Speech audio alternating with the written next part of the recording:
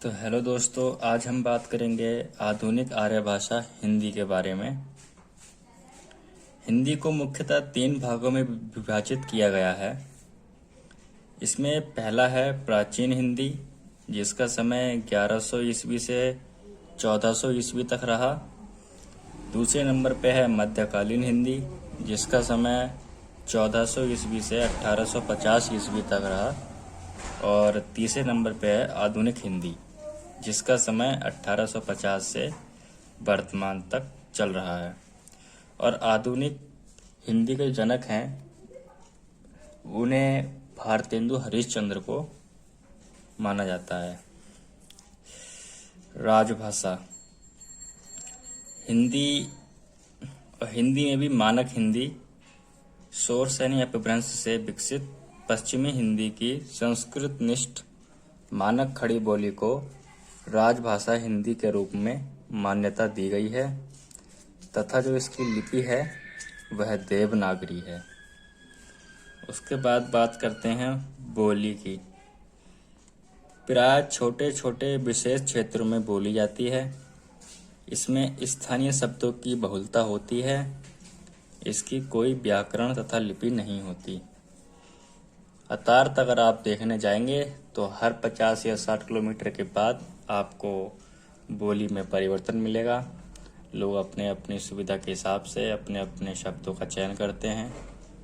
मतलब सबका एक ही होता है, लेकिन हर 50 किलोमीटर पर आपको अपनी बोली में चेंजेस देखने को मिलेंगे।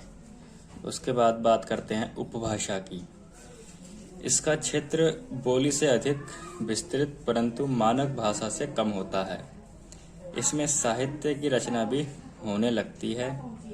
व्याकरण विकसित नहीं होती तथा कोई मानक लिपि भी नहीं होती।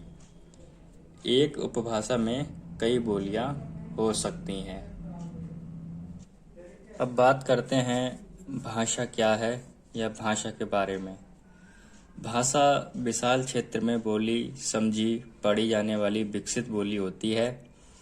बोली का मानकीकरण होता है, मानक शब्दावली होती है, अपनी सुविकसित लिपि व व्याकरण होती है, विधि द्वारा मान्यता प्राप्त होती है। मानक शब्दावली होने के कारण कार्यालयों में प्रयोग किया जाता है। भारत के संविधान में 22 अन्य भाषाएं को शामिल किया गया है। अर्थात 22 अन्य भाषाएं जो संविधान में अनुसूचित हैं। 1927 में जॉर्ज ग्रियर्सन के द्वारा हिंदी पर एक रिसर्च की गई। उनके अनुसार इसके अंतर्गत 5 उपभाषाएं तथा 17 बोलियां आती हैं। अब हम बात करते हैं अपभ्रंश के बारे में। तो शौरसेनी अपभ्रंश, इसमें पश्चिमी हिंदी आती है। इसमें 5 बोलियां आती हैं।